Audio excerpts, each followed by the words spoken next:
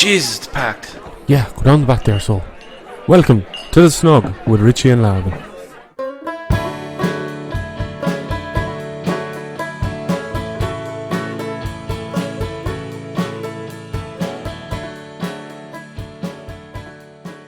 Hello, and welcome to a new podcast from the west coast of Ireland.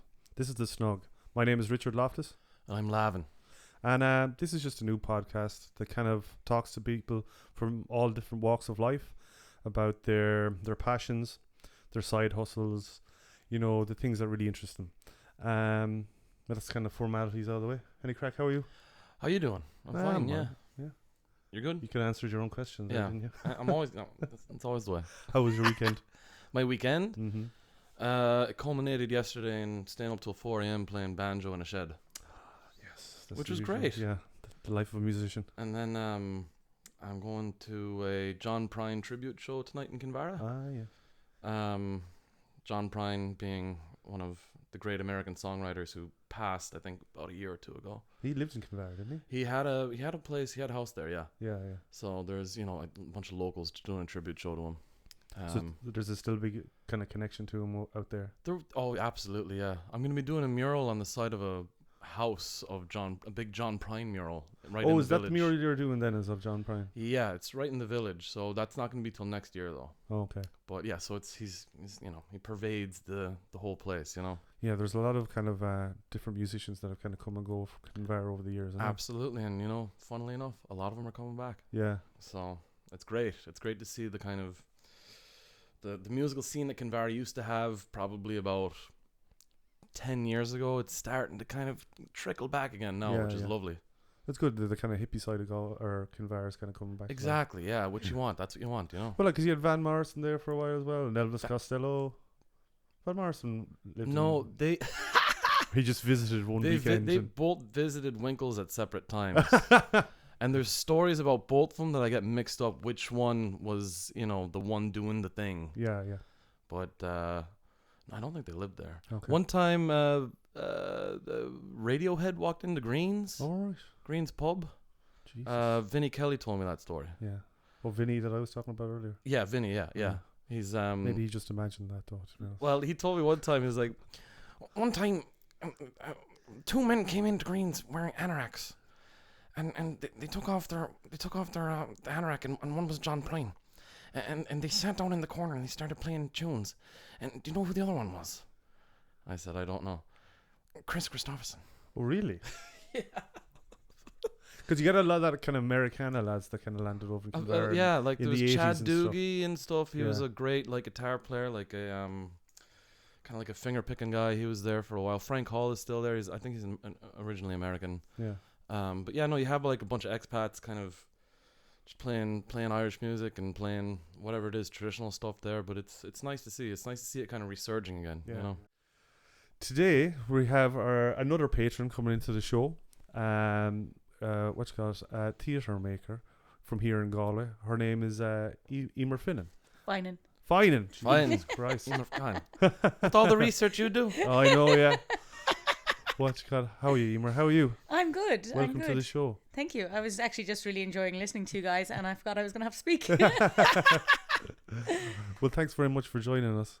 Any crack? How was your weekend?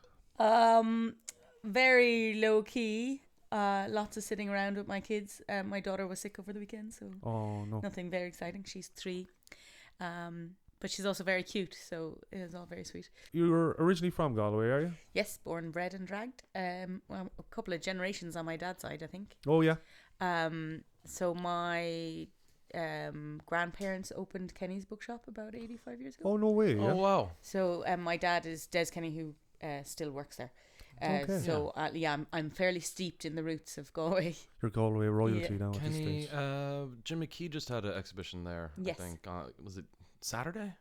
Possibly. Yeah, I think that was the opening. Yeah. They would always do a launch. I used to work I used to do like launches of exhibitions and stuff when I was a kid. Yeah. So my job was to walk around with a tray of wine glasses and try not to spill them over all the important people. So yeah, I grew up doing that. And like we all worked in the bookshop from really young as well. But like you got you had to start really low down in like the pecking order of jobs. So like you'd start with like maybe hoovering or dusting the banisters and cleaning the toilets, and eventually Granny would let you dust a book. So it took quite a while to get to the point where you were allowed to touch a book. And there was a very specific way of dusting a book. And eventually you worked your way up until you could like possibly try and sell a book or work a till or work a room or anything like that. And the bookshop itself, where was that originally? I forget. So do you know where Port West is in High Street beside Freeney's pub? That's where it was when I was growing up. Okay, yeah. Okay. And it reached all the way back to Middle Street. So the art gallery was on one side and the bookshop was on the other. But you could walk through. So I think you can still walk through Port West if I'm thinking right. I think you can. Yeah. It stretches back. I'm not sure if you can go out the other side. Yeah, you used to be able to go out the other door. And when my sister was about 16, she got a job in Charlie Burns. Okay. But she didn't tell my uncles. Wow. And I don't know if it was Vinny or Charlie, but one of them thought it would be hilarious on her first day to ask her to wash the windows. So that my uncle was at work looking out the window and he rang my dad and he was like, why is Ashley washing Charlie's windows? Oh, that's wonderful. So that was my upbringing, I guess. So kind of steeped in the arts very heavily from a young age. And then you went to primary school, obviously, in Galway. Yeah. And is that kind of where theatre came into your life? Or? Yes. Well, I don't know if it was school or my family. I was very, like, when I was 6, I had a birthday party. And little Johnny was the clown that my dad hired. Yeah. So, like from a young age, I was really heavily introduced to like theatre, or not even theatre, but just the theatrics. Yeah, like my dad invited Roald Dahl over to the Children's Festival when I was about 8, so it was about 1990, I think, and he had dinner in my house and stuff. So, like when you're kind of when that's exposed to you in such a natural fashion, it seems almost natural to then keep going in that direction. If you get me. So when I was about around the same time, I think I was about 8, the Galway Arts Festival used to have a children's festival section, and it was part like it's hard to describe because I was so young, I can't remember what they called everything, but like High Street used to be slabs, big slabs of cobbles, like quite flat ones. Yeah. And every kid was given one stone and one box of chalk, and they all got to draw a picture each. So the whole street was like. Oh, that's lovely. Yeah. And this isn't say it would probably be in the 90s, would it have been? Yeah. So I think it was about 1990, and at the same year, my dad set up a competition called the Siobhan McKenna Memorial Trophy. That is a mouthful. And the rules were you had to be under 16. You could not get any adult help at all, and you had to write, direct, produce, star in, and perform, like the whole shebang of your own play. Oh wow! And like loads of people entered in the first year. I think it was the first year that we were there. Myself and my brother and my sister and some of the neighbours wrote a play called The School's Gone Crazy. Okay. Which was highly inappropriate, but when you're looking at it from an 8-year-old's eyes who wrote it, you don't realise it's inappropriate. Yeah. So the storyline involved the cool kids being in love with the headmaster, who was in love with the teacher, who was in love with the nerdy kids. This is where the inappropriateness comes. Wow. And the nerdy kids were in love with the cool kids, and it was just this circle of. Oh, I remember this one. Yeah. Circle of misadventure, and like there was one scene where my brother played the headmaster. And he was sitting at his desk, which was really just the coffee table we stole from my parents' house. And he was reading an encyclopedia, but inside the encyclopedia he had a copy of Asterix. And the cool kid came in and he was like, I didn't ask you to come in. And she sweeps the table of all the stuff that's on it and she slides herself across in front of him. Jeez. And then like he dropped the encyclopedia to show that he was reading Asterix and like all this weird... so inappropriate. But when you're the kid writing it, you just think it's funny. Yeah. And so did the audience, luckily. And at the awards like giving moment, because it was a competition, one of the judges stood up and he was an actor himself, Tom something, and I don't know who he was. Selleck. Can you imagine? Mind you, I wouldn't put it past my dad, but so he said, I was looking at the cast and I saw a surname and this person is connected to the person who created this competition and should I hold this against them? And the crowd was like, no. Okay. So then he said, so best actor is, and my brother stood up. And then he called out my name. And I went up and I got an award. I was the youngest person in the competition, so I was hooked. I was 8 and I was hooked. Yeah. Number 11. Yeah. And I can't believe I'm going to admit this on a podcast, but in my bio, it says I'm an award-winning actress. Yeah. I'm referring to that award. Oh, that's brilliant. So I look for that award, all right. I mean, it's still an award, right? Why not? So we won best play. So there was 3 categories or something. There was like best play overall, because there was an English and Irish versions, and then there was best English play, and then there was best actor.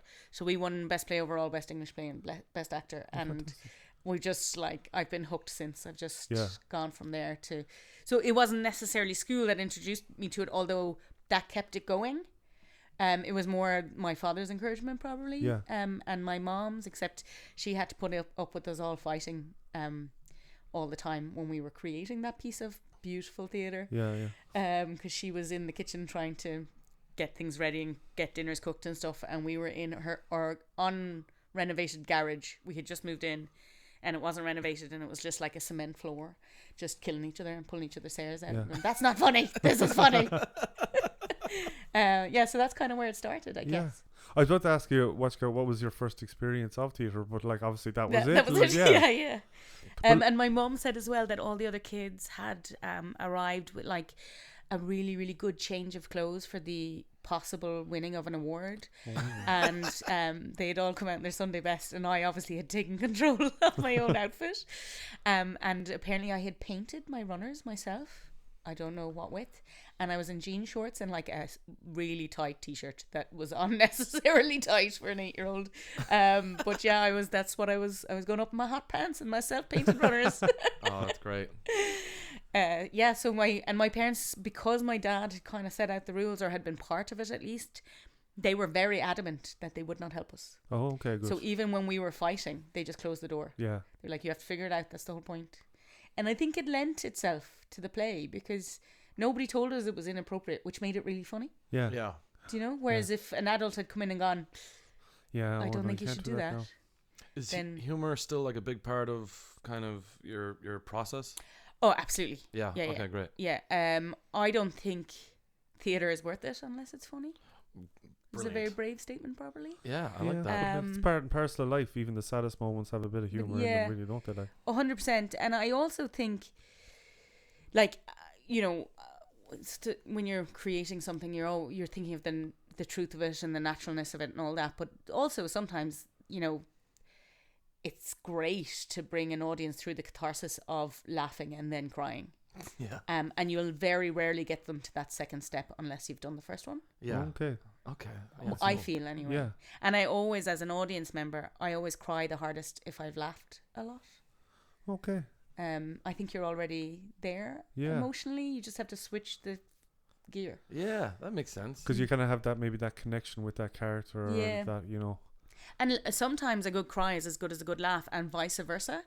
And I think they're just two sides of one coin. And once you're open to one, you'll go for the other. So say that was what we say, you were in primary school then, and then Galway's always been a good town for theatre and stuff like that. So was there other things that you were interested in secondary school and stuff that kind of spurred it on? I made a massive mistake when I was about 15 or 16. I did performing arts school all the way through my early teens. And one of my drama teachers actually in performing arts was Jimmy Fay, who ran Bedrock Theatre Company in Dublin for years after that, and he's now I think he's the executive director of the Lyric in Belfast. He was a huge inspiration for me, and I only had him for one term. Yeah. You know when you remember people? Oh yeah. So he was hugely important. And then when I was about 16, I was repeated 5th year, and I changed schools, and I did the school play. Yeah. Which I loved. But it was a musical, and I'm not a great singer, so they kind of invented a part for me, which was very kind of them. But after that, I was also a massive nerd academically, and I really enjoy academics. But I decided I needed to stop all sorts of extracurricular that word work, which included all my theatre stuff, to get a decent leaving cert. Ah, okay. right. So I did, So and then you're I took me massive. quite a long. You did yeah. the opposite of what I did. But I also think it was a massive mistake because I didn't get a stellar leaving cert anyway. So, Yeah. and I don't think it helped me. Like, I possibly just swapped out theatre stuff for drinking and going to the pub, which wasn't helpful either. I did a fine leaving cert. It was fine. By most people's standards, it's probably quite good, except that my older sister is a doctor of mathematics, so by that standard, no. Oh, right. And my brother's insanely smart, and so is my older sister. Actually, I had 3 older siblings that just annihilated me before I came along. Yeah. But it took me a very, very long time to get back into it, and it wasn't until my master's, actually. So I did a degree and everything where I didn't go near the stage. Yeah, because even looking through your background and stuff. So was it even when you were doing your undergrad? Did you do like Nothing. theatre society or anything like that? No, I think I kind of flirted with it a little bit. I was very intimidated by the drama society in general. I found them to be very intimidating, actually. The theatre side of me was always my thing that I did alone, and then I had my friends who were engineers and accountants and in IT and teachers and studied those kind of subjects. So any endeavour I had to go into theatre, I did alone, and I found drama soc not very approachable as a solo person. Okay. I think if you had like a few mates and you're like, let's go rock on down to this and see how we do, you'd have been fine. Definitely my confidence wasn't there to go in, especially because I'd taken such a big break. Now I did do some stuff. I did something with the Comic Book Society. Okay. I played Death in a play version of a Neil Gaiman Sandman. Which I very much enjoyed because the costume was class, but also because I made my own costume. Oh yeah. My dad went to see that, and afterwards he said, "Shit play, really shit."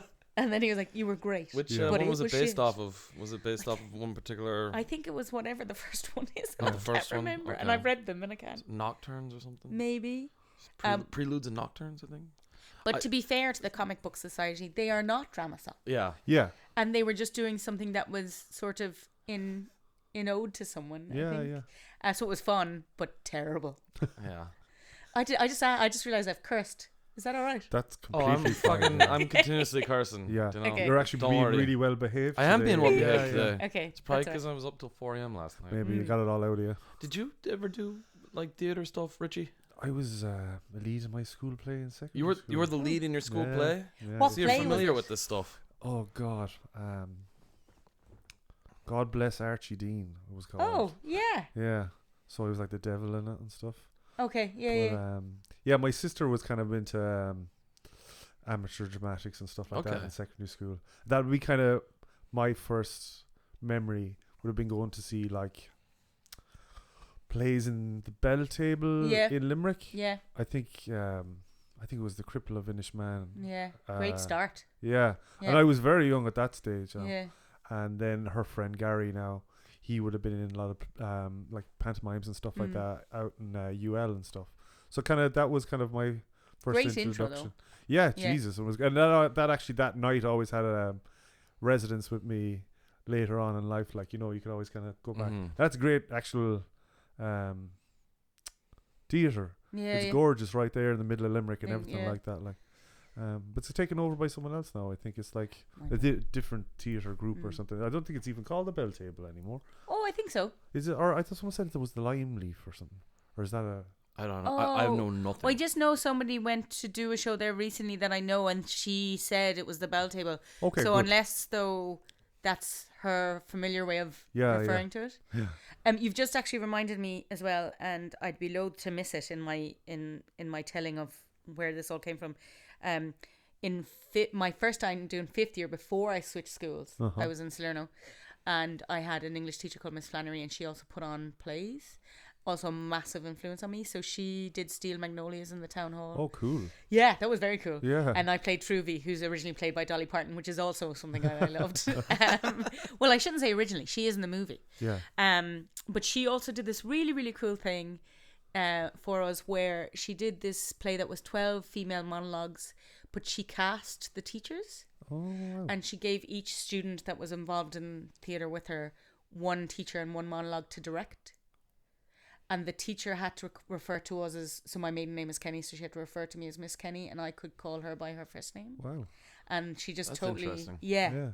And it was great. And like, it was just a great experience as a young person, not just with it's also almost a power flip, but like just with the responsibility of that, and that you're putting somebody up there to be vulnerable and they're trusting you to do that. Yeah. And when it's a student teacher thing, that's a trust to be earned, and it's hard to do. Yeah. But it was one of my all-time most favorite experiences. I cannot remember the name of the play. It's okay. But I'm kicking myself. But that was Marie Flannery that she was the director of Sea Magnolias, and then she directed this project as a whole. But it was amazing. It was just an amazing experience. Again, I was only 15 when I did that. Yeah. Which it's great when you have like a teacher that actually kind of challenges you at that age, that kind of, elicits kind of like a real reaction from you, instead of just, usual teacher-student relationship. Or instead of just picking, they can always just pick the Shakespeare that you did for your junior cert and cast it whatever way. Or a lot of schools just focus on a musical, which, like, not all actors can sing, and it's very hard to take any role in a musical if you don't have some sort of vocal ability. Yeah. And I think that's really, now, having said that, you nearly want schools to do both, because then there's musical theatre people that don't get a shot in a straight play. And, true, yeah. But Miss Flannery was absolutely like, it's why I'm so surprised at myself when I look back that I took that break, because actually I was doing quite a lot, and then suddenly I just went, nope. I got it, like, I put my blinkers on and was like, you have to do this. Wait, so you can get overloaded very easy when you're a teenager, though, and like when you have all these different kind of influences coming from different ways. And I think I said to myself, this is never going to work out as something that's going to pay your way, and you need to concentrate on something that will. Yeah. And because I went that way, I never fully got off the fence on either side, and I think that has had a negative effect on both sides. Yeah. So I've never kind of like fully excelled in another career that I might have done, and I've never had time enough to do this one. Yeah. So it's kind of left me in this limbo, which I'd love to go back and say, be brave, just go for it. But then, you always think I should get a degree first, and I should get a job first, and I should do that first. So I don't know, even if I know everything that I know now, I don't know if at 15 I would have made any different of a choice. Unfortunately, like, the real world comes knocking sometimes, and you just have to go, well, Jesus, I have responsibilities, or I have to pay this or that, like, so you can't always go chasing that dream. No, and you shouldn't really beat yourself up about it too much either, I don't think. Like, no, I don't think so. Sometimes you kind of wish you'd, like, I don't know, if you could have that sliding doors experience, or constellations or something, where you're like, what would have happened? And, but look, I'm still very happy where I am. What would have happened is just you're on the dole. Yeah. That would have been it. Yeah. It was a big step to go back in and do the Masters. Yes. And did you enjoy it? Did you embrace it again? Yes, did you think as much as you thought you would? It was a very weird situation. So I was living in Edinburgh when I found out I got the Masters. Oh, okay. And I was working for a cleaning company, and on the same day I got the letter offering me the Masters, I also got offered a promotion. So I went to a pub and I sat down and I had a pint by myself, and I just said, do I want to be in cleaning and management, or do I want to go back and do theatre? Obviously it was kind of like, go back. This is not a question. Yeah, absolutely. Except that the prospects of the other thing financially would have been quite nice eventually, because you could have gone to area manager, and this is all what they were talking to me about. Yeah. But at the same point, it took me a third of the pint to make the decision. I didn't mull it over too long. So I came back, and yes, I embraced it a lot. It was like the second year that Masters was available at all. Okay. This was now in NUIG, they have the O'Donoghue Centre, they have a connection with Druid, they have all these crazy brilliant facilities that we didn't have, but we had some great teachers, and it was a great Masters. I felt like it dipped my toe back into the pool, but it didn't. It did what it set out to do, in that I had a snippet of a lot of things. Yeah. But I definitely it gave me the taste to want to get back on the stage mainly as an actor. So I had a chance to write, I had a chance to review, I had a chance to devise all these different things in the masters, but all it said to me was, you want to be handed a script and you want to be directed. And so that's where from there then I said I'd do drama school. Yeah. Again, very big scary step because I was older than most people who would make that decision at the time. I was 26 when I made the decision. Oh wow, yeah. Yeah, a lot of people go at like 20. Yeah. And in America they go even younger because they go straight out of school. My cousin is doing that right now. What, straight out of high school? Oh, hang on. Or something like that. She's probably already through it. I'm very close with her, yeah. I don't even know what my sister's jobs are. I'm horrendous at knowing this. I shouldn't even brought that up. So sorry, Reagan, that I brought it up and I don't know what you're doing. Do you know what country or what school it would have been? No. I shouldn't have brought it up. That's all right. Because I have no clue. Because they do start really young. Yeah, like, they do. I was in school when I went to drama school. They were like, some of them were 18, 17, Jeez.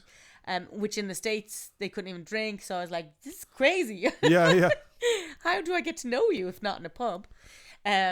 So at the time, I thought I was going to audition for the drama schools in England. Except I missed all the deadlines because I made this decision really slowly. Yeah. And there was an audition for an American drama school, and I didn't have to sing for the audition, which was another plus because I not only did I feel at the time I wasn't a good singer, but I have a massive phobia of singing, mainly due to the fact that I was asked to mime in our school choir growing up in primary school. Really? And then I was still made to go to the mass where we sang as a choir to mime.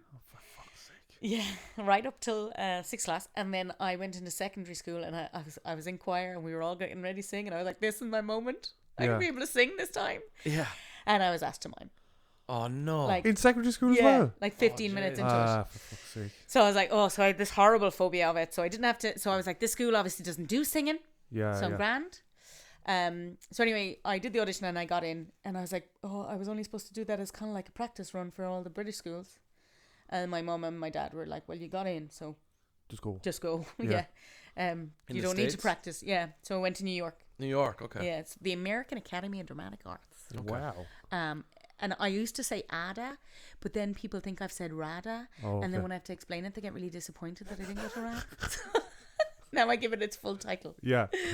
And then so I was, RAD is in England, is it? That's the Royal Academy. The Royal Academy of Dramatic Arts. And there's no connection. Well, at least I don't think there is. So I think I must have been 27, 28 by the time I actually got there.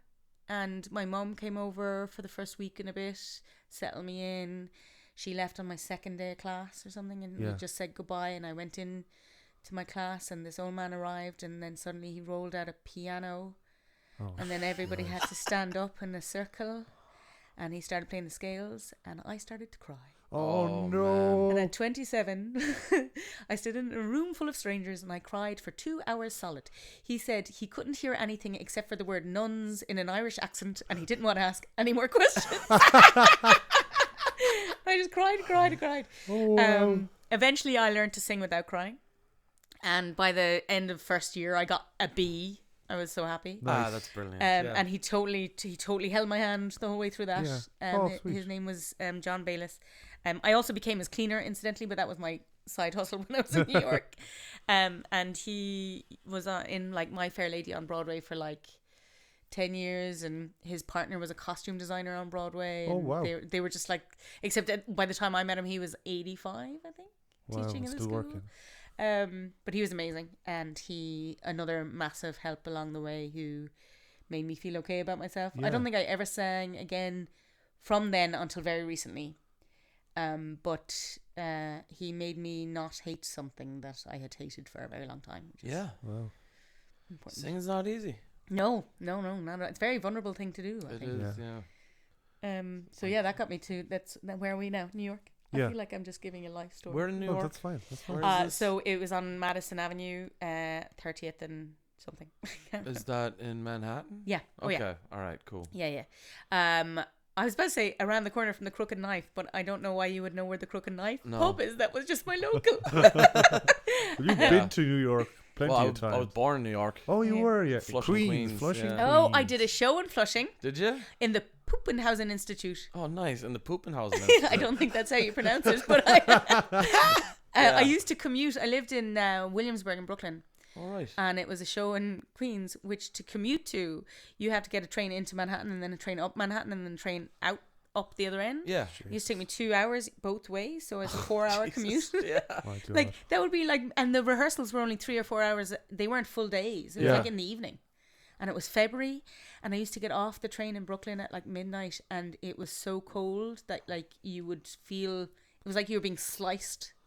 Like on your face. It was horrible. I used to wear my scarf up to here, my hat down to here. But all in the name of theatre. Yeah. But it was another lovely experience. I can't an experiment with an air pump, I think it was called. Oh my God, I can't remember what the name of the play Was the play? Yeah. I was just like, I thought it was I'm just saying something that random happened to you words. one of the nights on the way home. I had to wear this hat. I was playing this The kid. classic New York air pump experiment. Yeah, of course. I mean, everybody knows that. I played a child in one. So the play was 2 different timelines, and in one timeline I was a child who liked science, Yeah. and in another one I was like this badass boss lady. I clearly remember my characters very well, but what I do remember is I had to wear this hat as the kid part, and I had to and it was like a steam train. I was pretending I was a steam train, and the hat was really, really tall. Oh, it was like and a I pulled this stovepipe lever, hat and there or was something. like dry ice in the top. Oh, So when I nice. pulled the lever, it came out, and the guy was pouring the dry ice, and I had no goggles on or anything, and I was like, "Is this a safe thing to do?" He was like, "Sure, Just get on stage. yeah, just do it. We have no insurance." So yeah, that was my commute from Williamsburg to Flushing, Queens. Yeah, yeah. Also, the nanny is famously Flushing. Oh, right. Yeah. Okay. What's her name? Fran Drescher. Fran Drescher. Yeah. I was just born there. I don't have any memory of the Affiliation place to- or Fran Drescher. yeah. But yeah, I'd visit New York a bunch because my dad's family's from Long Island. Oh yeah. So, but I really don't like New York City. See, I love it. Yeah. Absolutely love I'm not it. a huge city guy in general, though. Oh yeah, okay. The only city I like in the States is New Orleans. It's Oh, just yeah. fucking amazing there. I went to one of the girls I went to drama school was from New Orleans, and she just the way she spoke about it made me think it's one of the places I have to go to. Oh, it's phenomenal. Mm. Yeah, it's well worth just even spending like a couple days there, you know. Yeah. But I love it. I loved New York so much we went on our honeymoon. Oh, nice. Oh, you went, Yeah. yeah. Oh, there Yeah. you go. Well, I'm glad you enjoy it. Like, Oh, I you know. love it. Now Yeah. I'm a big city fan. Okay, yeah. Yeah. Galway is almost too small for me, and I get Yeah. a little kind of Galway's Yeah. a little too big for me. yeah. When we were looking at buying houses, I had all these like rules about how not city I could go Okay, because yeah. we really couldn't afford city. Yeah. Oh, So I was like, I have to be able to walk to a variety of pubs, which Yeah. turns out I can't really. Well, you can, but it takes a while. it's just a Yeah. long walk. Yeah. I have to be within walking distance of a shop with decent olives. I Wow, mean, that's a jeez, very good. That's a upmarket. good. Like, this is my You know what you want, you know. Yeah. These are like my what do I need to feel like I'm still in a city? Things like when our kids grow up, I don't want to have to drive them to the cinema. Yeah. There has to be a way for them to get there. Yeah, yeah. I am not going to be their chauffeur when they're 14. So this is all my rules. Yeah. So we bought in Merview Oh, yeah. and we love our house. There you go. That new Salt Hill cinema is great. Yeah, I know. Well, I had. Banana? Oh, okay. I don't know if I should badmouth. I had a little bit of an emotional meltdown there about 2 weeks ago. really? Okay. So you have to use the machine. Now this is going to make Okay. me sound so old. You have to use the machine to get your tickets. You cannot go up. There's no person, is there? There's no person unless you're paying cash Oh, okay. for some weird rule. Obviously, the machines don't take cash and they can't say no to cash. So I was upstairs with 3 kids, one of them being 3, and the 6-year-old had just fallen. And we were kind of late for the cinema, so I kind of rushed him after the fall, which was a bit unfair because he was in quite a lot of pain. Get up, will you? You're going to miss the start of Sonic. And I went to buy the tickets, and I tried to buy a family ticket, and it tried to charge me €75. Fuck. So I just got annoyed and I left. What? Yeah, I know. I left the machine, Yeah. just walked away from it. I went down and I said, "Can I?" And they were like, "Oh no, you can't do that with card. You have to go back to the machine." And I went, "All right, well, can you help me then because it's not working." Yeah. I was already annoyed, so that probably didn't help. And he tried to help me, but then apparently because I had already ticked on the seats, there's a 10-minute hold before you can do it again. Oh, jeez. Jesus Christ. So then I was like, okay, well, I'll just get the kids their treats while we're waiting. And then they said, oh no, you have to do that in the machine too. What the fuck? So then I did that part, at least I got that part done. And then the kids went up and I had ordered them 3 kids trays. And the kids who couldn't carry all the things they were handed came back with a bag of popcorn each, a bag of jellies each, and a drink each. And I said, where's the kids tray? And they were like, we don't do those anymore. I was like, your machine said that you did. Your machine. So you're saying the palace is the place to go? Yes, I think so. And then, we finally got the tickets, and I went to pay, and whatever happened, that the money was on the wrong card, and I used the wrong card or something. Yeah. So that froze it for another 10 minutes. Oh, This sounds like a Curb Your Enthusiasm episode. I know. And eventually my husband came in because he was arriving later. And I was like, you just pay. Yeah. And I turned around to the guy, and God love them. They're young, and they're Yeah. not being given any sort of leeway to make these things, to be able to fix this easier, problem. yeah. Like, they can't just say to me, here, look, I'll just take your card and I'll fix it. Yeah. It'll be fine. Yeah. So it was just a young lad. And I went, look, I'm going in. The kids are going in. Because if we miss the start of this movie, it is not my fault. And I just walked out. And he's like, you still have to pay. And I was like, my husband's paying. And I just walked off. Oh my god. So I can't go back there for a while. Yeah. But, Dye your hair or something. But you'll the be chairs fine. are nice. The chairs are lovely. And Sonic 2 was great. And we didn't miss the start. Yeah. Well, that's good. There you go. And the kids loved the chairs, to be fair. And they loved the Yeah, cinema. the It was chairs, just very... I saw the Northman in there Oh, we recently. did, yeah. Oh, yeah. Oh yeah, you bought my Is ticket. that good? I Because bought. it's on I our forgot list. for You your were there. ticket. Yeah, I did. Yeah, you bought the ticket. Don't Did worry, you I'll use get the back. machine? I bought them online beforehand. Yeah. Eimear. Just a That's what I tip should have there. done. Tip for you there now for the next time. Is that good? It's amazing. Okay. Do you like Robert Eggers? Do you like any of his other movies? Yeah, like it's just so I'm so tired at the moment that I tend to only go for like really easy movies, which Okay. is sort of ruining all movies for me. Yeah. But at the same time, I'm like, I have to be really particular about when I pick to watch something like that Yeah. because I want to stay awake. Yeah. Yeah, Of course. And I won't watch it in 2 sittings. I won't go back for the second Yeah. half. Makes sense. Yeah, Yeah. the guy we went with fell asleep, Oh, He did fall asleep. okay. and he No, has 3 young kids. So, Okay, so yeah. it needs to be like an early night. The kids have gone to bed easily. I have time for a glass of wine, maybe. Yeah. Yeah. It's great. Okay. I don't know how to review movies or anything. Okay. Just as good. but It's it good enough was for me. Like a nihilistic Braveheart, you know. It was Oh, okay. like art house Braveheart, I've heard it called. Yeah. Okay. That I buy. So I mean, it's not Taffin. Okay. Taffin's the greatest film of all time, but it's pretty good. I like it. You know. Did they release the posters without the title on it, or was that a? The Northman. Yeah, I feel like there was a release of posters on New York subways, Oh yeah, forgot yeah. to I put think the title in? I think you're Or they right. forgot to, or it was just like an. or like a artistic- misprint. Oh, Yeah, maybe. I think you're right. Yeah, Yeah. I think so. I think I I've enjoyed heard that very much. I don't know why I laughed at that so much. Ah, Guess what movie it Yeah, is? Muscly We're not going to Man. tell you. Did, Yeah. did you like? I thought it was the weakest of the 3 films. yeah. But I still It's loved my it. least favorite of his film, but Yeah. I still thought it was good. I still thought it was Okay. better than most shit that you see. You know. But I See, love, that's kind of a good bar. Like that's a good bar for me. Better than most shit you see. Yeah. Yeah. But then I did watch The Lost City the other day, and I thoroughly enjoyed it. The Lost City. So I'm not sure if I should be the one critiquing movies at the moment. It has Channing Tatum. It has Sandra Oh, Bullock. that yeah, and yeah. Brad Pitt. And I laughed a lot. Yeah, I don't think I've heard of it. No, I mean it's terrible. Yeah. Like, by all movie review standards, I would probably say it's a terrible, terrible film. And who else is in it? Harry Potter. Daniel Radcliffe. Okay. But I actually fell off the couch laughing at certain points, which sometimes is all you need. Okay, Yeah. great. And I stayed awake. Yeah, yeah. That's a good sign. And I love Daniel Radcliffe. Yeah. I'm doing all these movements, and then I realize I'm on a podcast. Nobody can see me. I Guns know. Akimbo I often was a just great like movie. I'll just like nod a lot of the time and not say anything as well on the podcast. And I realize what the fuck that means nothing. Like it's no Yeah. good. Nobody knows you're agreeing. Yeah. It's no good. So you have to say You're yeah. no good. You're you have no to go good. yeah all the time. You know. Yeah. I definitely recommend Guns Akimbo. I haven't seen that one yet. I've heard of it. Yeah, it's that's very funny. Radcliffe as well. Yeah, Yeah. yeah. Okay. And I saw Radcliffe in New York in Equus. Oh right, yeah. That's the play about the horse or something. isn't it? Yes, with the guy from. Is that he's nude in that? Is it? Yes, he is. Oh, He is nude in that. that's funny. Now, if you said Equus there and was like horse, Daniel Radcliffe nude. nude. Yeah. yeah. Yeah. He was in it with Doesn't he have a wank on stage or something? No, I don't think so. All right. I don't know why I thought But that. I do feel like that is alluded to though. Okay. Like okay. he didn't sit there and have a wank. Okay. Yeah, Okay. Okay. What's the uncle's name in Whitnell and I?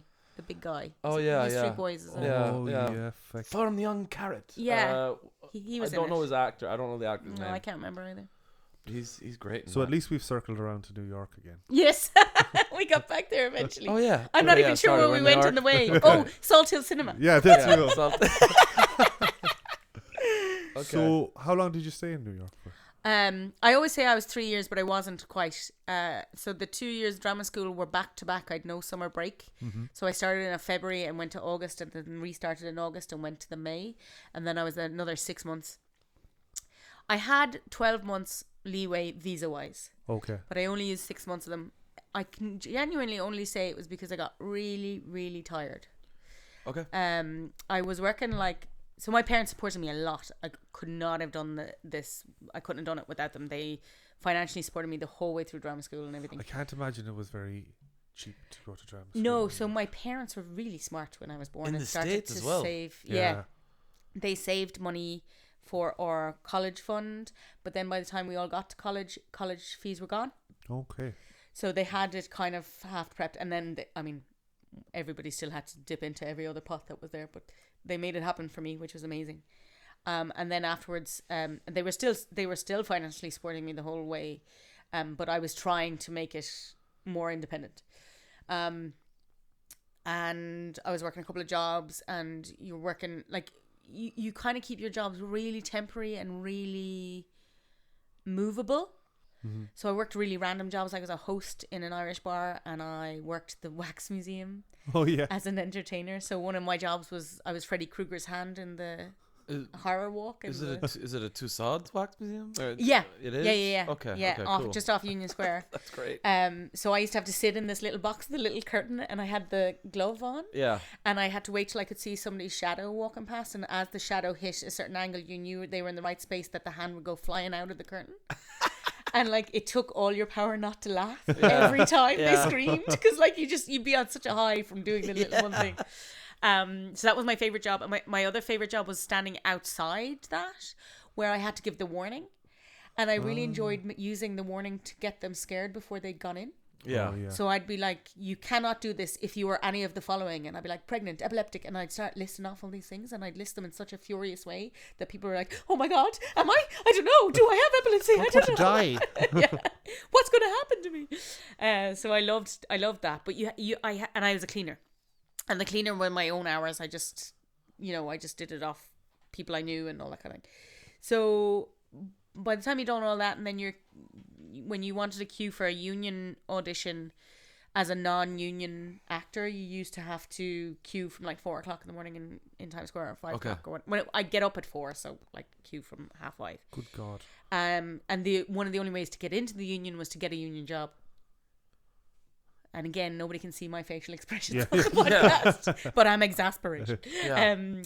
So it just got very tiring, and I had about 3 or 4 different managers and agents say to me at 28 that I wouldn't make it young, that my career would probably start in my 40s. Where are they pulling that out of? Well, I was not an ingenue, so I was never going to play Juliet, was the way one of them described it to me. All right.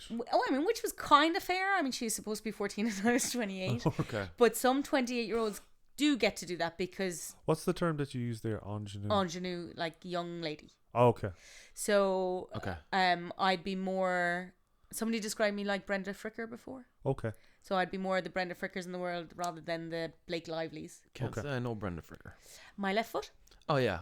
Yeah. You're All right. laughing. Jesus Christ. Yeah, it's a great film. Sorry. Yeah, I know. Was she in? She in Home Alone? Yes, Yeah. she was Yeah. the bird lady. Yeah. She was. Yeah, Okay. All right. You got it. So I got her. they told that to me. That got said to me a couple of times. So that also kind of knocked the wind out of my sails a bit. Because I was like, what am I supposed to do now? Though? Yeah. Just wait around Yeah. for 20 years. And they said because young people like me don't exist. But I was like, well, I'm here. I would I have exist. said Yeah, I'm right in front of you. So I don't know, that and tired, and I got this weird thing about not wanting to go on the subway anymore. I hated going underground. Yeah. So I started taking the bus everywhere, which in New York takes hours. Oh yeah. And I walked everywhere as well. But yeah, so I think the wind got knocked out of me a bit and I got a bit tired. And then I also started thinking about like, I'm 28 and if I want to meet somebody that I want to spend my life with, do I want that person to be American maybe? I wasn't so sure about that. That all goes through our heads, you know. I always thought I'd end up with an Irishman, and there's more of them in Ireland. So True. So I came home and I restarted again, I guess, in Ireland. So when you were in New York, you probably listened to a lot of like, who was that guy? The shock jock guy. Oh, I didn't, but I know Howard Stern. Yeah. Okay, yeah. Was That he was awful. New York based, is he? I think so, Yeah, yeah. he's East Coast anyway. Yeah, maybe. I didn't click into a lot of TV or radio. Okay, yeah. I just like movies and theatre. Yeah. So I great. used to go to the cinema in Harlem all the time because it was my favourite place to go to the cinema. Sorry, it does beat the Salt Hill. Oh, yeah. Okay, yeah. But I don't know how you could, but yeah, I know. In Harlem in the cinema, it's very okay and very open to very vocal reactions to what's happening on the screen. oh, okay. And it's That's a totally interesting. different experience. Yeah. I also queued for the Dark Knight opening show, and everybody was queuing up, and I've never seen anything like it in America. They just Go crazy. This was just going to be the best thing ever, and everybody was in costume and all these things. Oh, really? There was Yeah. multiple screens, like 6 screens, just showing the one movie at the same time. Jeez. And then this staff member came out, and it was this huge, like, foyer, huge, and made this massive announcement that studio had put a stop to the movie being released. And Oh, 'cause everybody of the started shooting? going, well, no, just in general, like, it was Okay. just nothing bad had happened that we knew of yet. Yeah. And just that they couldn't show it. And then the crowd started to get really, really, like, angry. And then she's like, I'm only joking! Obviously, she didn't do it in a really thick Irish accent. But then we went in, and, like, the same thing happened with the trailers. Everybody was having that massive vocal responses and blah, blah, Yeah. blah. And then the movie started, and it was like a silent agreement amongst everybody that it just went completely silent. Wow. And it just added to the experience. Yeah, Like, there's yeah. moments like that where now that particular movie I didn't see in Harlem. I was in Union Square, but like there's something about the audience creating the moment there that made the movie better. Yeah. Which if I'd seen it just in my house in Ireland, I don't think it would have had the same effect on me. Yeah. But anyway, that's a little side story about New York. So, what year did you come back then? Oh, now you're getting to specifics. Oh, okay. You don't have to go that It was specific. February. I can tell you that much. I think it was 2008, Okay. if I remember correctly. And I went to Dublin first. Yeah. And the first audition I did that I got was to do A Midsummer Night's Dream in the beach on the beach in Bray. Jeez. And it was incredible. Valerie O'Connor and Eamon Hearns directed that, and Valerie O'Connor is now, when she was in Red Rock, Okay. quite a few TV shows. And it's funny, in that cast, loads of that cast. Oh, there's a cat. That's my cat fighting with. Oh, the damn, the cats are fighting. I'm just minding my. Cat's out of the bag. Cat's off. Yes, so the cats are okay. Loads of people in that have gone on to great things. Mo Dumford played the king. He was in The Dig. Quite a few good Irish shows at the moment. He's in The Dry now. Okay. He's in Vikings. But it was an incredible experience. Like, they did this thing, Valerie and Eamon, that I have now brought in to shows when I've directed, where they called it a potluck Friday. And every Friday afternoon, everybody in the cast would bring a bit of lunch. Yeah. And that was the rule, was that on that day you spent lunch together. The second rule was that you weren't allowed to talk about the play. So you had to talk about other stuff. Yeah. And they tended to bring wine. Oh, very good. And because it was a Shakespeare play, the cast was huge, obviously. So Yeah. there was food from everyone, and everybody just totally embraced this idea of this communal, like, team building exercise. And it was really lovely. And also Friday afternoon rehearsals were always quite interesting. And nobody ever took the mick, even though it was like, you know, you'd kind of expect there to be one person that possibly had one too many glasses of wine, but Yeah. everybody Yeah. had like 2, and That's then got back grand. to work. Okay, that's good. And it was just the right level to, especially when you're working on comedy, sometimes it's helpful. Yeah. I shouldn't probably say that, but sometimes it is. I have another story about Vicodin, but that might be for a different podcast. So that was just a really lovely experience, and a lot I learned in that experience I took into shows that I directed, which sometimes from different shows I'll take something in that I'll use as an actor, or I'll take something that I'll use as a writer. Yeah. And watching Valerie and Eamon in that, I stole a lot of their stuff for director stuff. Yeah. And sometimes you even steal people's phrases. I've talked to this about with other directors, that you go into a new show and you find yourself using the terminology or the vocabulary of the last director you were. Like, I'm just stealing stuff. I'm flat out stealing now. But yeah, that was a great experience. That's what happens when we all do that. Like, that's why I'm not listening to podcasts, so I don't like repeat the same shit. Like, I listened to a few episodes of Stuff You Should Know. Listen to that? Yeah. And I just found myself in normal conversation, just like talking about postmodernism or Marcus Garvey. And my just being husband like, is shit. obsessed with the Always Sunny in Philadelphia podcast. Oh, yeah. And I think that one's quite off the wall, so it's probably safe to listen to that and not think it's going to seep into everyday life. But it happens. You do steal things, by accident, I once wrote a piece and I realised I kind of stole a whole storyline. Yeah. And then I was like, is it stealing if you don't know you're doing it? Or is it that you've been inspired by someone?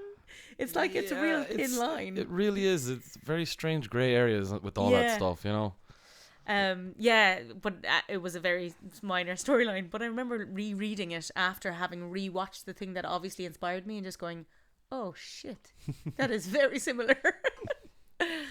So when I came back to Dublin, I stayed with my sister. And she lived up there. And I went on the dole for a while, and I also taught drama for a while, and I just tried to work it where you audition and you tell casting directors who you are and you get new headshots every 5 months, even though they're really expensive. And I've now used the same headshot for 10 years and I still look exactly the same. And you keep telling casting directors who you are, and you keep doing that every 2 weeks until you start to feel really obnoxious. But it's the way it's done. Okay. Yeah. And you keep asking them to come to stuff. And I just did that for quite a while. And then I fell in love with a musician in Galway. It's so cliched. And I don't think I moved back for him, but the timeline seems to match up. Yeah. So I came back to Galway for a while and I restarted again and kind of the whole shebang. And then he broke my heart. What a prick.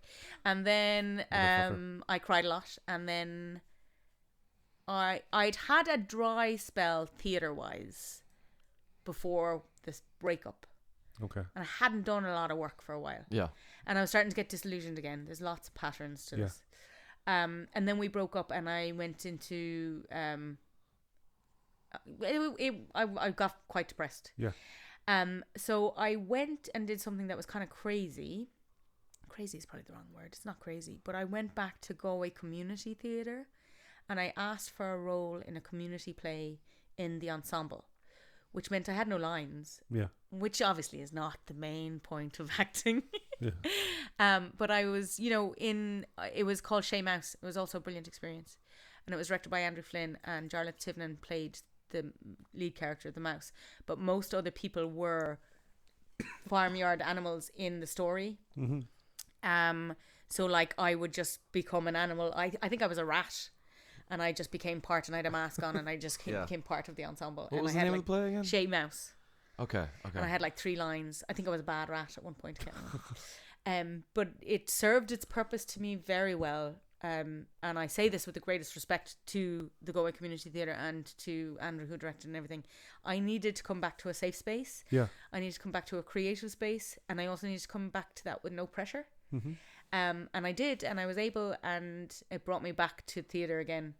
And from there, 2 things happened from there. I started working with Fregolit, and I started working with Annam Theatre Company, which is one of them still work with is Fregolit, and then Annam I did one of the best plays of my life. And that was Low Level Panic, wasn't it? Shea Mouse had got me back to safe space to try again, but I wasn't sure if this was for me anymore. And then I found out that there was also a nude scene in it. So that was a big question. To go from my rat in the mask to naked bat scene. So then I looked up Justin, who was the director. I just had a quick Google and I was like, oh, this guy seems to be doing lots of very cool, interesting things. So yes, I'll audition. So I got as far as the audition and I said I'd do it. And then I went in and I remember Sarah talking. So I did the audition and he got me to redo it again, which directors always do. And he just asked me to do it in the style of a stand-up comedian, which I found very interesting and very freeing. And kind of hard, because if you've rehearsed a monologue one way, to change it that completely is quite hard. But I obviously did okay because I got the part. And I remember Sarah talking to me about the nude scene and if I'd be okay with it. And she said, you know, we'll do anything that makes you comfortable. You know, if we need shower curtains or that kind of thing, we'll do that.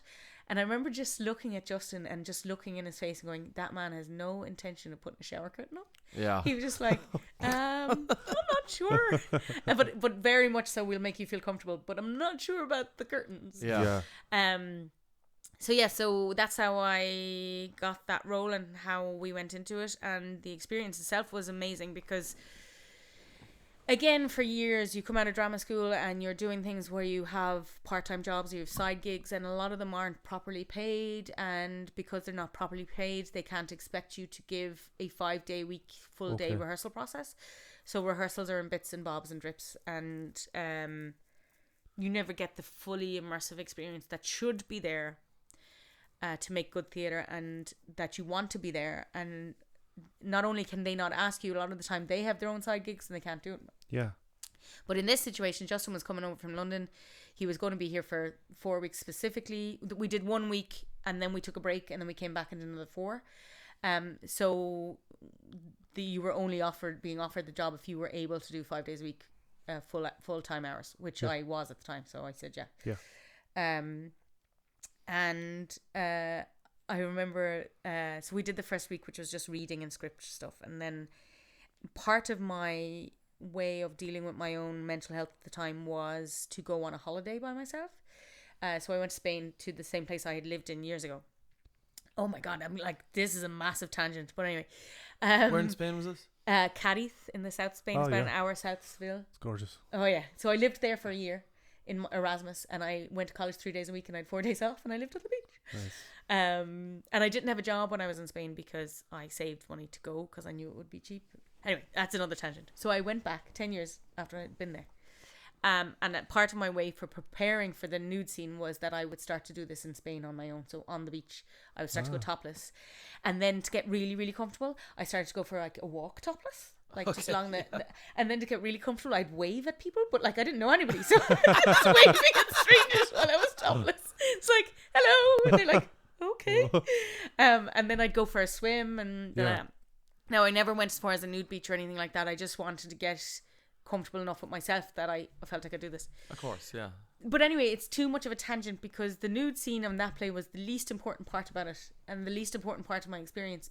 But because it's so vulnerable to do that. Yeah. It becomes a big part of it. But when you sit back and look back, it's not the essence of it. I couldn't have done it if the director wasn't as good as he was. Yeah. And he just he knows how to talk to each person the way they need to be talked at in a particular moment. So he never speaks to one actor the same way he'll speak to another. Okay. For example, he knows me now very well. We've worked together on a couple of things where I will always have a self-deprecating joke quite regularly, and he knows he needs to let me do it almost, so that we can get on with everything else we need to get on with. Yeah. But I also don't think I could have done it unless I was where I was mentally. It just was a really good timing. But he also directed that show so beautifully. So the show was really about. It's a female story from a male gaze, like well, at least that's how he directed it. But there's 2 characters. There's 3. There's 3 women in it that live together.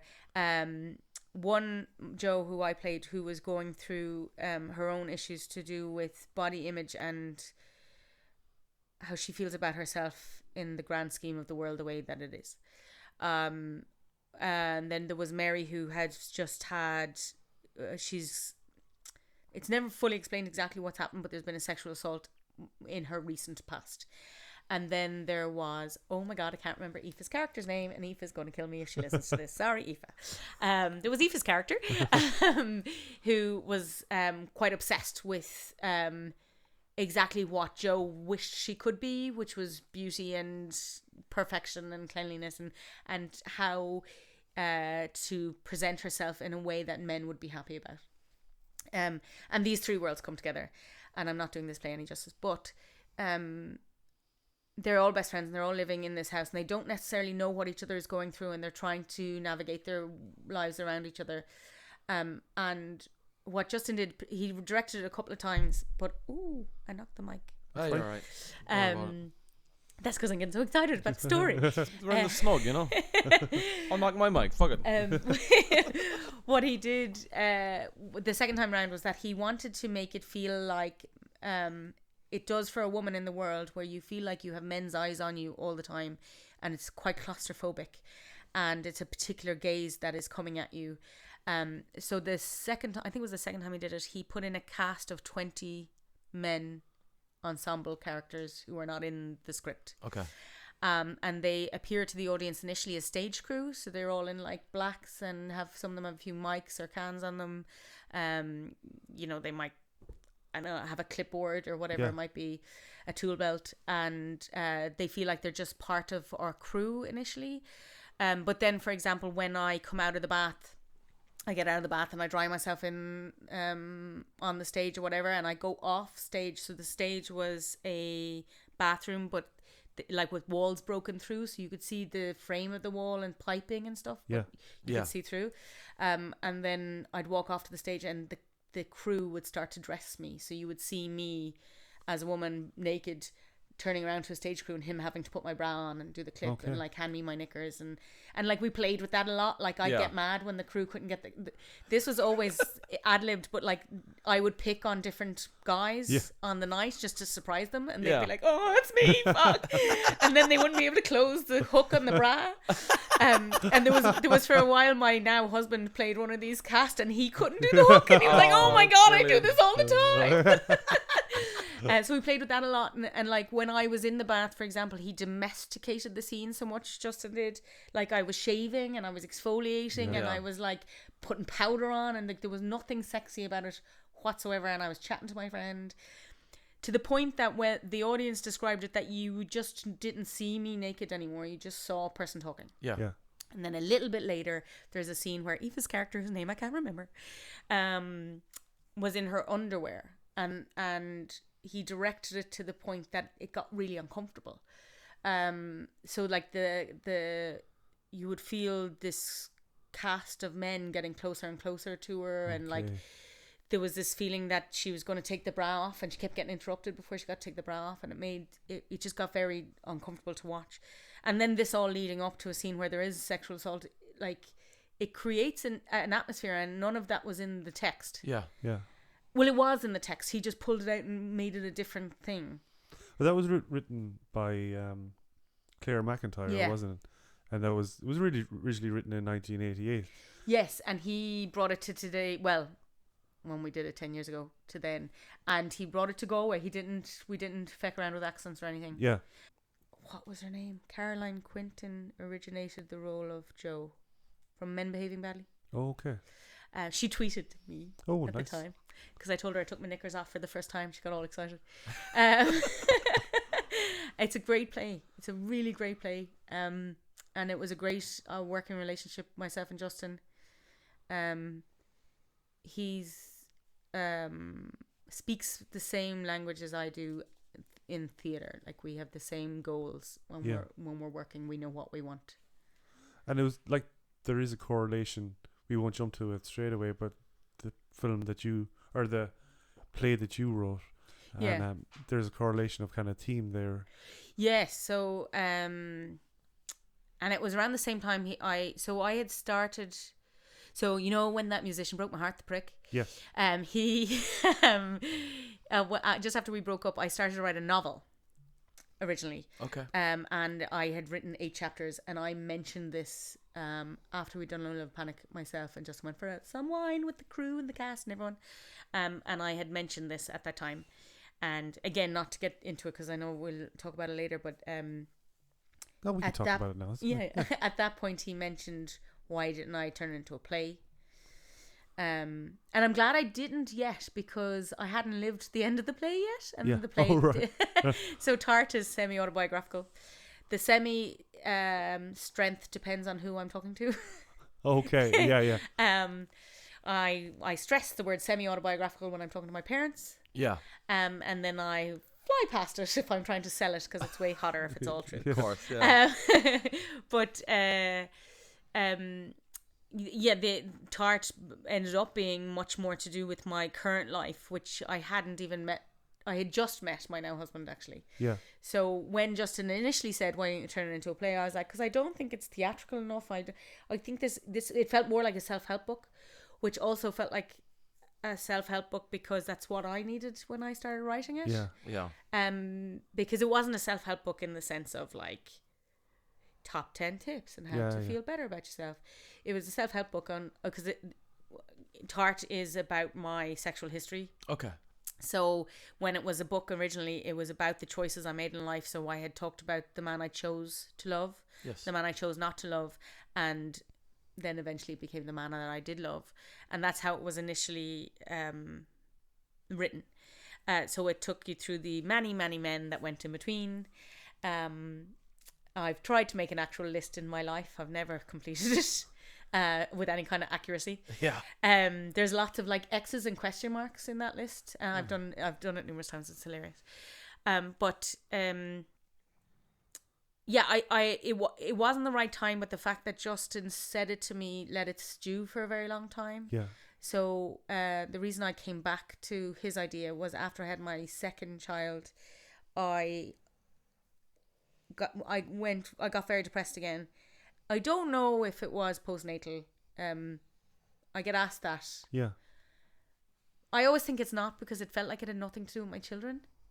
Okay. But it could have been. I don't know. It could definitely hormonal. It was influenced by hormones. And also my friends let me down very badly at the time in my life. Some of my girlfriends. So I kind of spiraled again. And the only way to unspiral that I knew worked last time was to write. Yeah. So I took the book out that I never finished because basically I stopped writing it initially because I got happy again. Yeah. And I took it back out when I was sad, which was like 8 years later.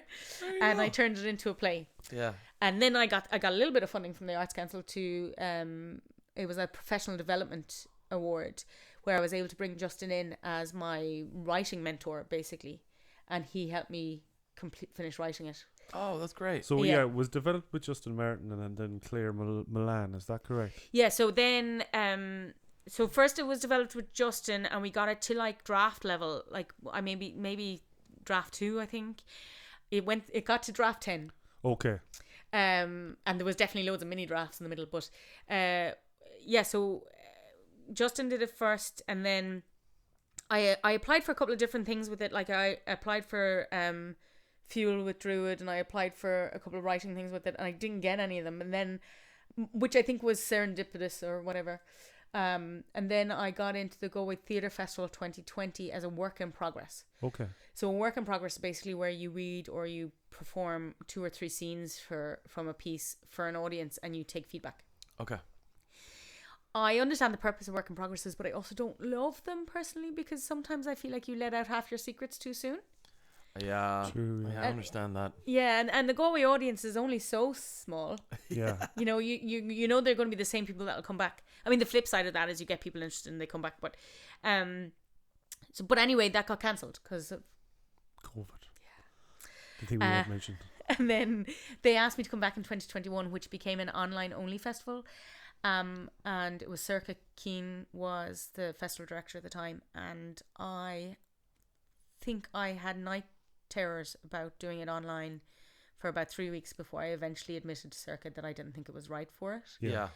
Which is very hard because they've stuck with you already for a year, and this is the point that Claire Milan had already worked on it. So she had worked on it from 2020. And so they had invested time with me through their dramaturgy program, and they had stuck with me and they'd said that. And I just thought that it was going to really damage a professional relationship, and I was really nervous about this. And then I got the best response I've ever got to, like, you know, when you're like, I can't believe you're this kind. Yeah. And she just said that was okay, and if the only reason I was going to do it was to not let her down, then that was a terrible reason to do a play, and it would never be right for it. And all these things, and then that was a good response. Yeah, it was amazing. And then she offered me to keep Claire for another year and to come back in 2022, which is what we did do. Yeah. And it was amazing because then Justin got to work with. He came over to a workshop in August. I'd worked with Claire on the draft up until August, and then her timeline had run out, the amount of hours she was contracted for, and then Justin came over for a week, and we workshopped it with actors that just totally volunteered their time to me amazingly and so generously, and a sound designer that came in just because out of kindness. Yeah. And we, Salerno Secondary School lent me their sports dome for a week. Like, everybody did everything for free. It was unbelievable. And that was the time where Justin told me he just got a new big gig in the West End directing Jodie Comer, and that he wouldn't be available to direct the show. Oh, shit. I mean, I understood. Yeah, of course. Kind of. And she's great. And it's amazing, and he got his West End debut, and it's incredible. But I was without a director. Yeah. But also kudos to Justin, who then found me a new director. So that's Amy Reed, isn't it? And that's Amy Reed, yeah. And again, I say I don't believe in fate or like, what's the word I'm trying to say? Serendipity. Yeah. You pulled that one out real quick.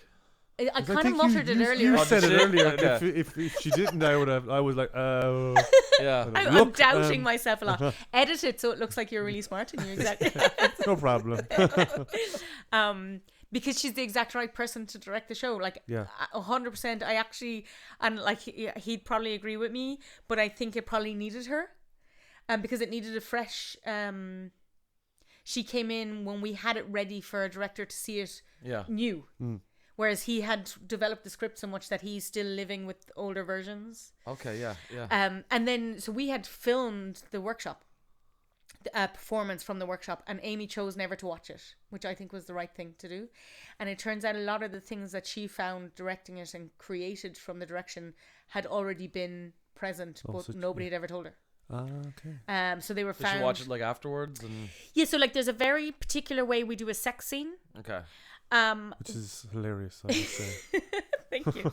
It was a lot of fun, and very exhausting. But part of that had been hinted at. You're like so curious. We'll tell you later. We can tell her now if you want. Yeah. So the sex scene was all. We're hoping to bring this play back. So I don't. Oh yeah. Well, if you want to tour it or whatever, Don't give it away then. Yeah, let's not say it now. Everybody's going to be like, ooh. Yeah. When we're not recording, we can explain it. But there was a hint of that in the workshop. Now, she took it to a level that we hadn't even thought possible. Yeah. But there was a couple other things in the workshop as well that then we found early in the rehearsal process and then got directed out because they weren't working quite right. But it's interesting to see how she developed it, me knowing what I knew without saying anything to her. And I hate stage directions as a writer, as an actor, as a director. I hate them. Mm-hmm. But I hate them so much that as a writer, I don't put them in at all, which sometimes to a director is not helpful. Okay. Because it's really hard to know what the hell I'm talking about. When you say, was it stage directions? Yeah, so I hate he stood up and went to the sink and got a glass. Okay. So it should be kind of inherent to the actor that's what needs to be done at the time by the fact that the person says thanks for the water. Okay. Yeah. You know, like something like that. Yeah. But I mean, that's not. And if the person doesn't say thanks for the water, there's no need for him to get up and get a glass and get water. If it's not in the text, there's zero need for it to happen. Yeah.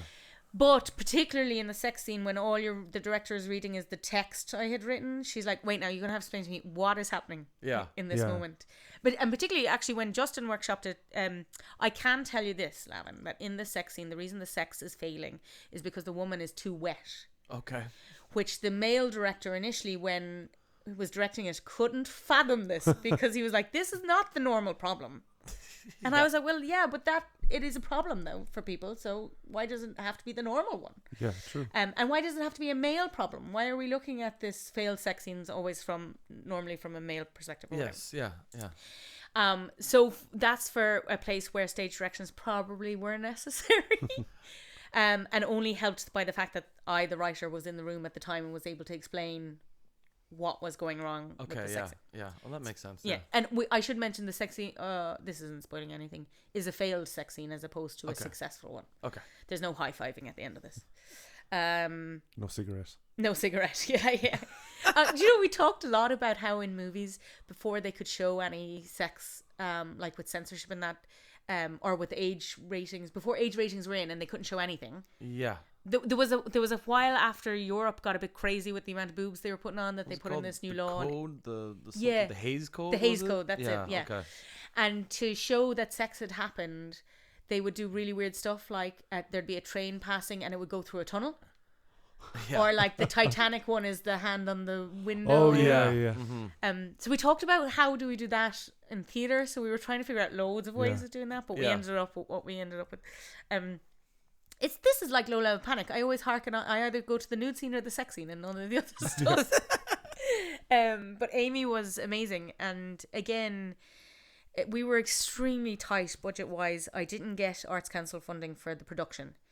I got it for the development, so their stamp will forever be on the poster, and rightly so because they funded part of it. Yeah. But I didn't get any for the production. I did get City Council funding. The festival did fund me a bit, and then I self-produced and self-invested. Oh wow. Yeah, words hurt. You know the way it was produced in conjunction with Galway, the festival. Yeah.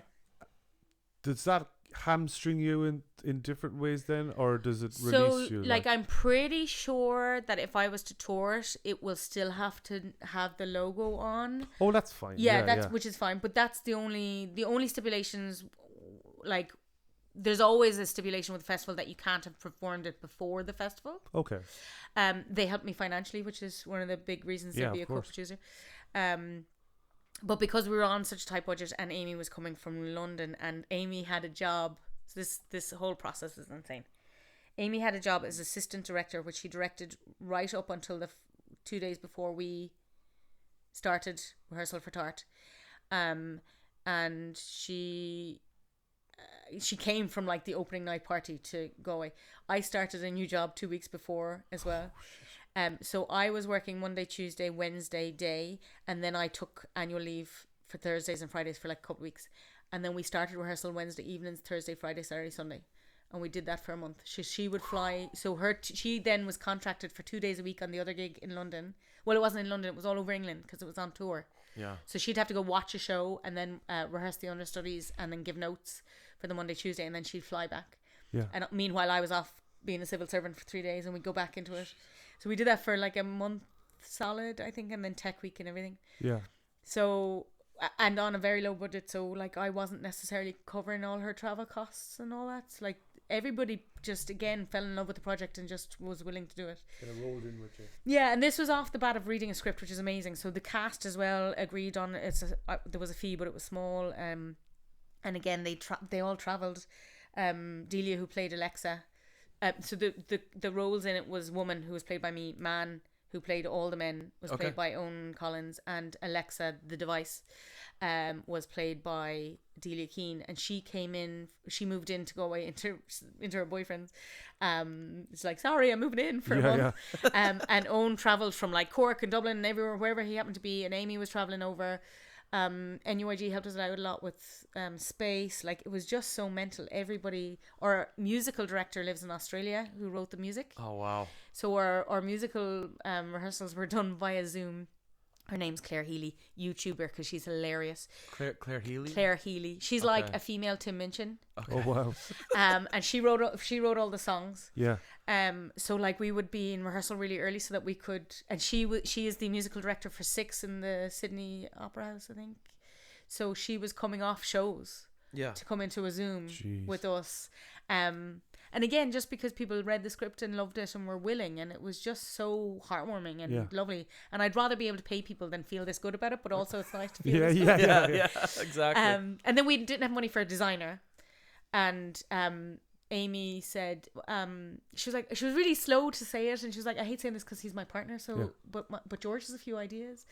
So then George came on board, and which also the design was just phenomenal. Like the first day he showed it to me, I was like, it's like you've just cut my brain open and showed me inside my mind. Like, so it was on in the Micklally Theatre. Yeah.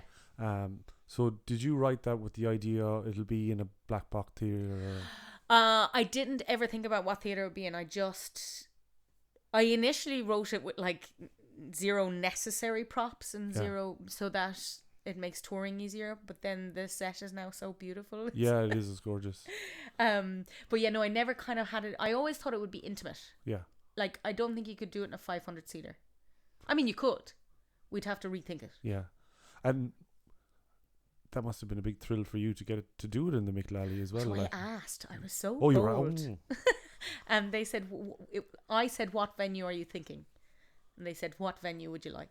Oh, wow. And I was like, the Micklally, please. And then there was a line in it. The line was, well, holy God, Miley. And the line got cut. It got edited out in a draft until we got the Micklally. And then we were like, we have to get the line back in. We can't take the man's line away. So it got put into the sex scene, of course, because where else would you put, well, holy God, Miley? So I didn't write it with the Micklally in mind, but Justin also is a big fan of the Micklally. So we did a work in progress there a couple of years ago called Street that we had devised together, and that was in the Micklally. So he knew it and loved it. And where is the Micklally? So it's Druid Lane Theatre. So it's Druid that one. Space. Okay. Yeah. All right. I think I've been in there. And there's this really famous wall in it. Have you been in it for other shows? Long time ago. Yeah, so the back wall of the Micklally is like this beautiful stone wall. It's amazing. And when you walk in initially, it's really immense. Yeah. And like kind of breathtaking. So they had designed it. The design has like really, really long sheets all the way at the back of the stage from the ceiling to the floor. So this wall was going to be completely covered. Yeah. And when Amy and George walked into the Micklally for the first time and saw the wall, they were like, we can't cover that wall. That wall is amazing. And then Shiva, who runs the Micklally, was like, yeah, but every Galway audience has seen that wall. So covering the wall is actually going to be the surprise. And they were like, okay. Yeah. And we painted the floor and everything. Like for a show that was on for 4 days, we really went to town on the set, which I'm so glad we did. Yeah. And I'm so glad George came on board. And again, another person who devoted a lot of time and effort for a farly insignificant fee. And it got great attendance though. We sold out the night I was there anyway. So we sold out every night, I think, except for like I say we sold out, but there'd be 1 or 2 dotted seats empty. But I don't know if that was that they didn't sell or that a comp didn't show or whichever. But we were almost sold out for every show anyway. Yeah. And we got no press at all. The Galway Theatre Festival got some, which was helpful. Yeah. And I know that they mentioned us on Galway FM, but we didn't get anything in the advertiser or anything like that. So this was purely social media based. Yeah. Word of mouth. And then the festival itself obviously would have a pull. So we were quite surprised that, like, I had asked what the ticket sales were like 3 weeks before, and we were told the Monday was 5. And I just kept having these like recurring nightmares. I was going to have to 5 people, and one of them was my husband. No. So I was like, "You don't count." So that, but it's like Monday was one of our busiest nights, I think. What night did you go? Saturday. Oh, that was the best night. Yeah. What festival was this? The Galway Theatre Festival. Oh, okay, all right. Yeah. Sorry, I don't know anything. That's all right. It's a great festival, actually. Yeah. I've been in it quite a few times. I've been in it with Fregolit as well, and they like. It's the Galway International Arts Festival is great for the big players, but nobody else gets much of a look in.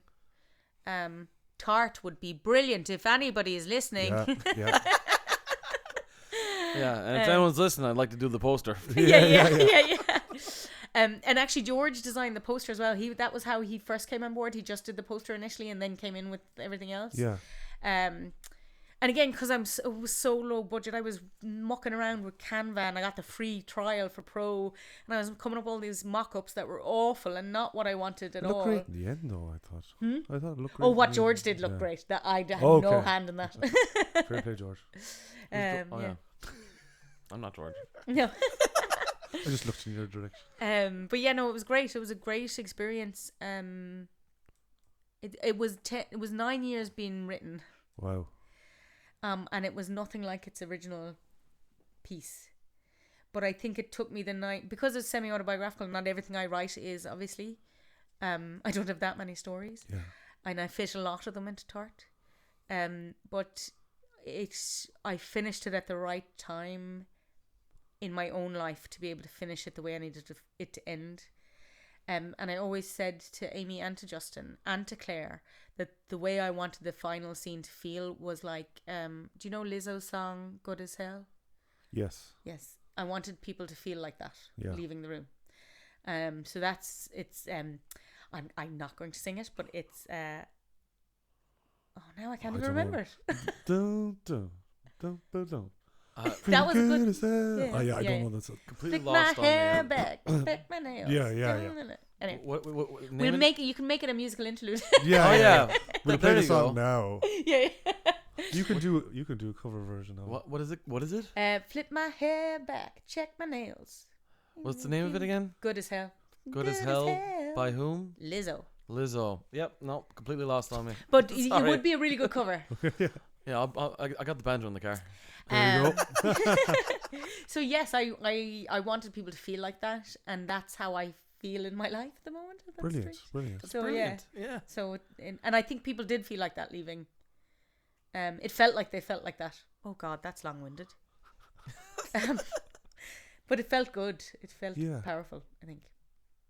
And it touches on very sad history in Irish history, and well, not even in Irish history, in female history. Yeah. Which we've talked about a lot, because there's a big monologue in the middle that talks about the guilt. The guilt women feel sometimes, and like I've led a very promiscuous. I hate that word. I've led a very fun life. Okay. Yeah. All by my own choosing. Yeah. Every moment was my own choice, which is very lucky.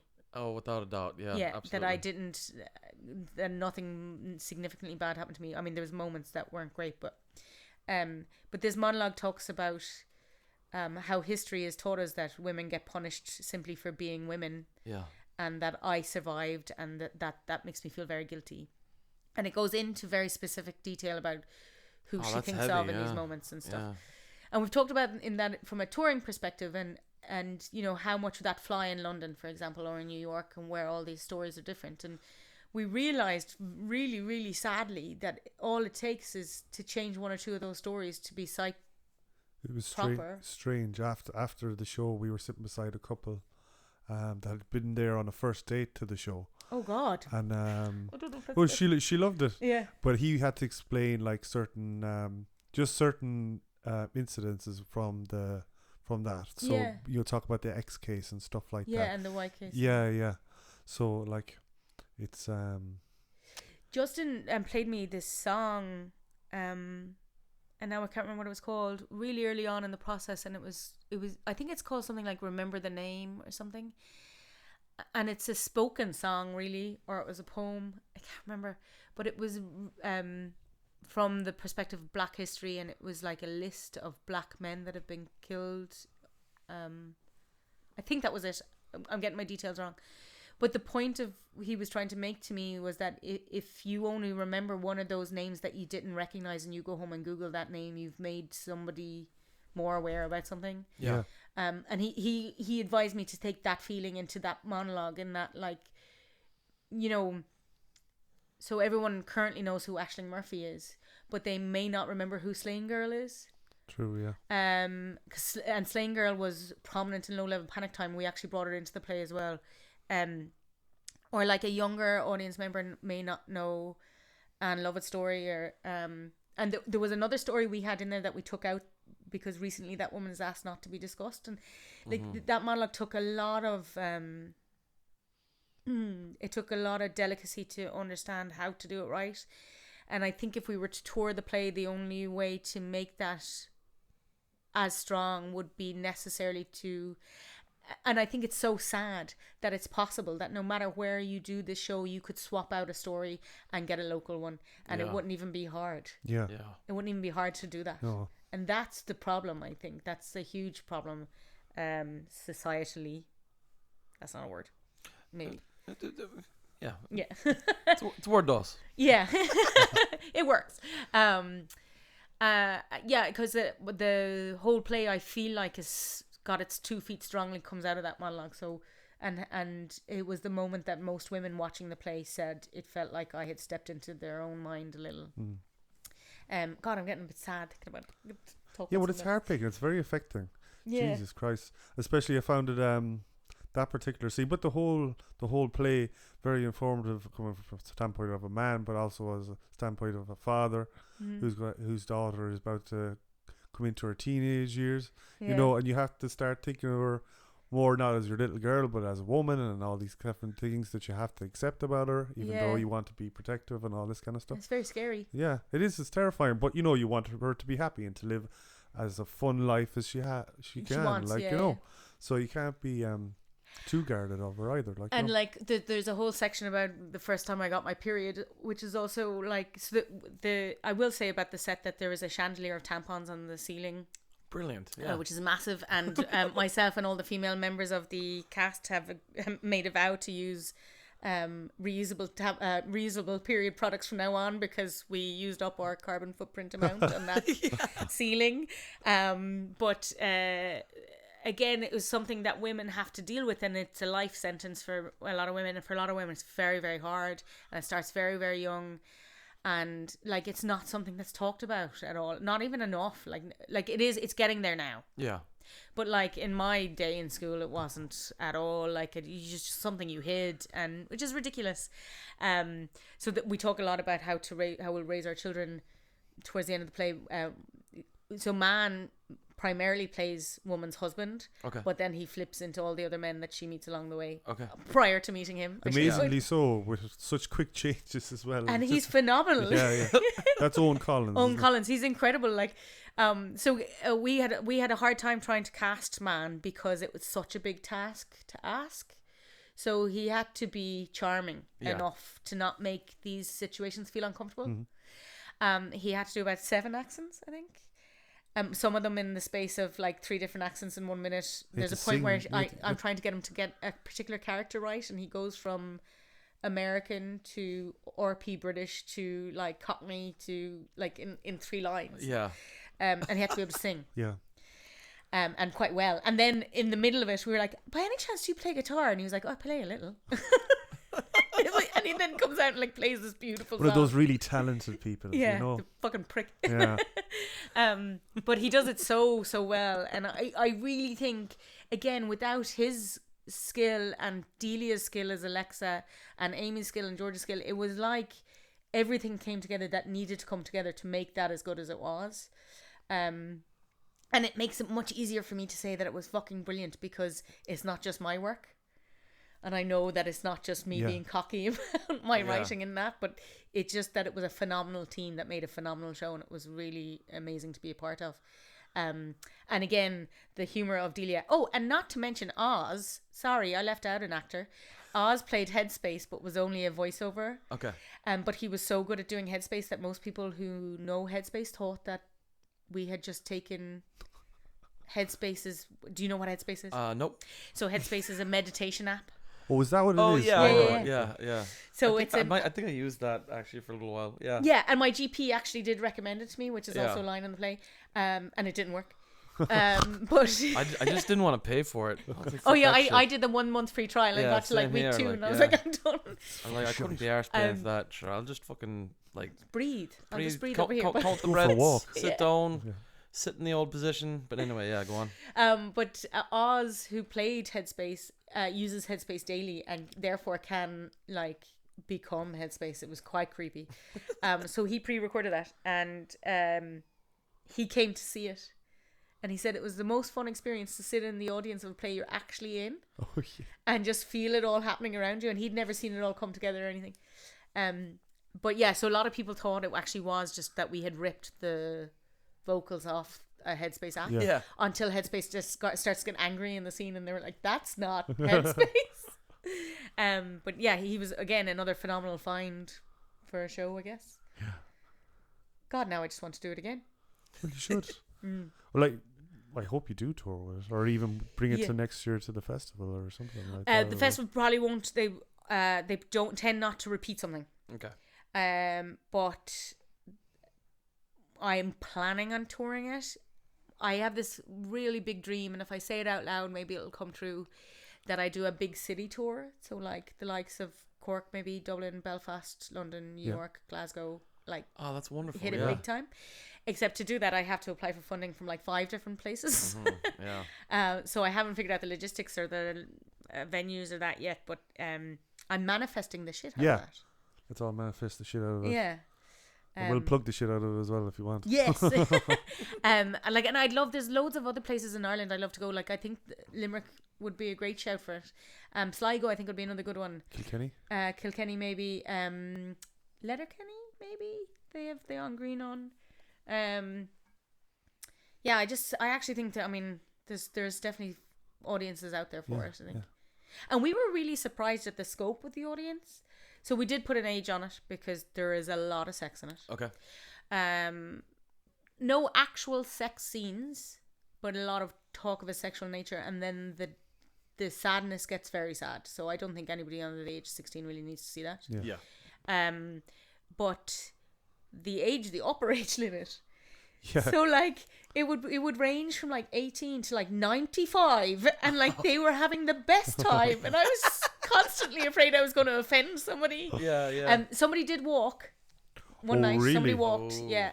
It was right after the Danger Mouse scene, so we might have triggered something, which is fair enough.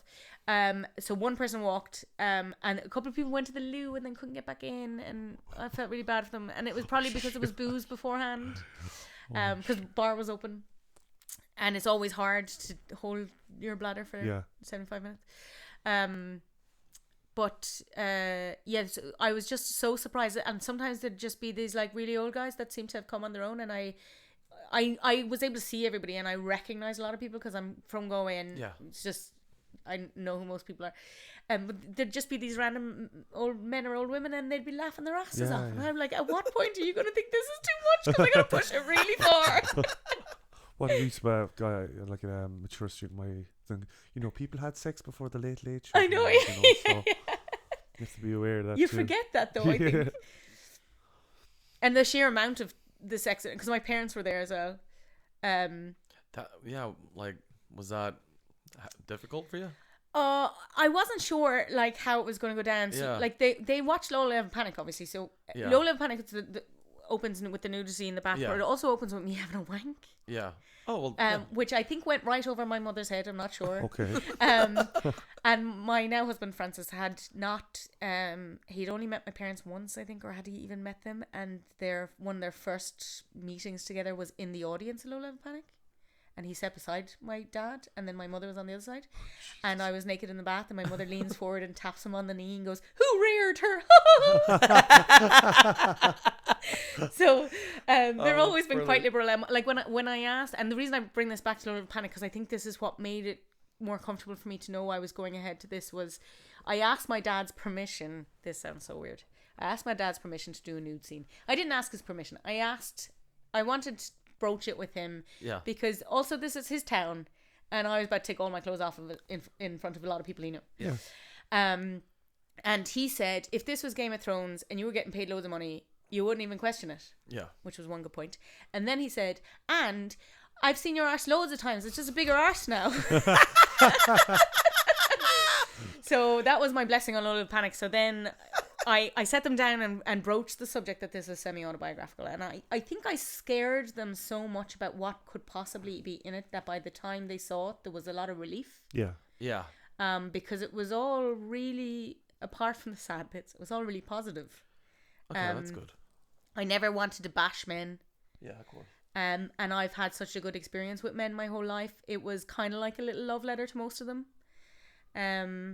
Which my husband was also very aware of, and my husband has read, and Booty Called Paul has read most of. Only a few of the men got real names, and those are the ones that know that they're in it. Everybody else was a pseudonym or nickname. Okay. Some were very still obvious as who they were, and when their friends were in the audience and they pegged who they were, it got very interesting. There was some very knowing laughs at different points. Yeah. Wow. And again, because it's just small, intimate space, it's really clear as an actor. You can really hear that, and you can decipher the difference, and you can see where it's coming from, and that feeds me. It just gives me such energy. Oh yeah. And I just ride that wave all the way home. Yeah, there's nothing like it really. Yeah, like I find sometimes actors, and this is probably very different for musicians. Mm-hmm. I find sometimes actors don't want that or don't enjoy it if they know where it's coming from. Yeah. Whereas I feel like I'm a bit more like a musician on that. I need that to come. Yeah. I always love when I hear like an actual voice that I know in the audience kind of shouting. I'm like, there you fucking are. Yeah. You know? It's like support. It's like a warm little hug. Yeah. And like even I've had friends apologize to me because they laughed really loudly when I was on stage, and I'm like, no, please laugh loud. Laugh as loud as you possibly can, because that feeds everyone else. And it's like the cinema at dark night. It builds the energy that the actors have no control over that energy. Yeah. Well, they do to a certain extent. They can feed into it, but unless it's given back, you know, it becomes something really powerful then, I think. Eimear, thank you so much. I feel like you have to edit that a lot. Talk to. That's what you want, like, you know. Yeah, That's there's no cap on this, but thanks so much for coming in. Yeah, thanks. You're very, very welcome. Very much enjoyed talking about myself. Yeah, for quite a long time. I've thoroughly enjoyed listening to it. Yeah. That was Thank brilliant. you. Yeah. Thank you. and we hope you all the best with success with the show, and hope it travels and goes as far I'm as it totally can. going to put in a plug before we stop. Is that all right? Oh, of course. Of course, yeah. So I'm also currently So I've written Tart. I'm currently on halfway through my third draft of my second play, which is called Fat. And I've started my third play, which is called Wife. So I do plan a full trilogy. So Yeah. if you see any of those names, Well, it's by the lady who brought you Tart. Okay. And is that so? Say wife, because So they're not semi-autobiographical. Okay. Yeah, so there will be fictional stories. I call it a trilogy just because it's 3 plays that have similar names. yeah. It's good enough for me. I'll put them in one book. Yeah. But Fat is about weight stigma, essentially. And it's set in a world. Now I'm talking far too much. I'll do this really quick. It's set in a hyperbolic, futuristic version of our own world, not too far in the future. Okay. Where an obese BMI is illegal. Okay. And once you hit it, you are sent to a wellness camp for the common good of the world, and you cannot be released from the wellness camp until you get to a healthy BMI. Wow. And then it gets darker, but I won't spoil it all. And then Wife is about a man who finds a wife on an internet website called findmywife.com. And he's looking for a very traditional wife who will cook and clean and look the part. And what he doesn't realize is that he's found a extreme feminist in disguise. And she works for years. She marries him and for years lives with him and plays on weaponized incompetence. I don't know if you've heard about this before. But No. Oh baby, I couldn't possibly fill the dishwasher because you do it so much better than me. All right. That's called weaponized incompetence. And she feeds into this to the point that he is rendered completely incompetent and can no longer move or do anything for himself. Oh wow. But that's also taking a weird turn in the writing of it, and it's going to a different place as well. But so those are the 3 plays I plan on. And that's in conjunction with Theatre 57, isn't it? So Theatre 57 is like a Galway collective of theatre makers, I guess, and it was set up a couple of years ago in response to the lack of support and infrastructure for theatre, particularly in the West. Roisin Stack, Maria Tivenin, Sarah O'Toole, Emma O'Grady. I'm definitely going to forget names, but there's a lot of the founding members of it. And it was called Theatre 57 because it originally had 57 members, but I'm pretty sure it's up in the hundreds now. And they do workshops and residencies and stuff like that, and they're fighting for a space so that people can actually have a rehearsal space, because that was one of the biggest problems when you do anything in Galway is actually finding a rehearsal space. That doesn't, even if you could pay for it, I actually don't think there is many options. But and they help with a lot of things, but one of the things I'm finding it very helpful for at the moment is the community of it. So if you have a question about funding, you put it up in the Slack that they've set up, and you've got every independent artist in Galway that can come with an answer really fast. They're also brilliant audience members. Like, it's like just building a proper planned community. And you just tell everybody everything, and a spoken problem, I guess, is halved. That is not a phrase. I made that up. That is like 3 phrases put together. But problem shared is a problem solved. I think that's what I meant.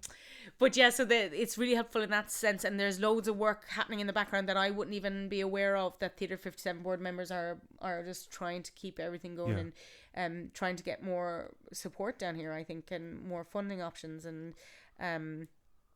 I know that they have a 5-year plan and like a strategy. They're working on a strategy and all that kind of stuff. Yeah. But it's amazing. It was much needed, and it's brilliant that it's been happening. COVID obviously slowed everything down. But look, everything's picking back up now again, so that's also amazing. Sounds fantastic. Absolutely. Yeah. Thanks so much, Eimear, for coming You're in. very welcome. Thank Now you we'll very do that much. second goodbye. You know, but that happens all the time. It's Yeah. traditional Irish second goodbye, you know? Yeah. And then one of us will just leave without saying anything. Yeah. So, Well, thank you very much for having me. It was really lovely. No problem. All right, guys. Thanks for listening. Good luck, lad. good luck, Richie.